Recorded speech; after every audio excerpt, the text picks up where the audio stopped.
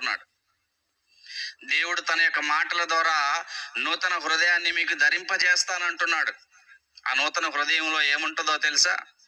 ప్రేమ, దయ, దాక్షిణ్యము, ఇతరుల పట్ల దయ చూపేటువంటి ఆలోచనలు, సమాధానం ఉంటది, దీర్ఘశాంతం ఉంటది.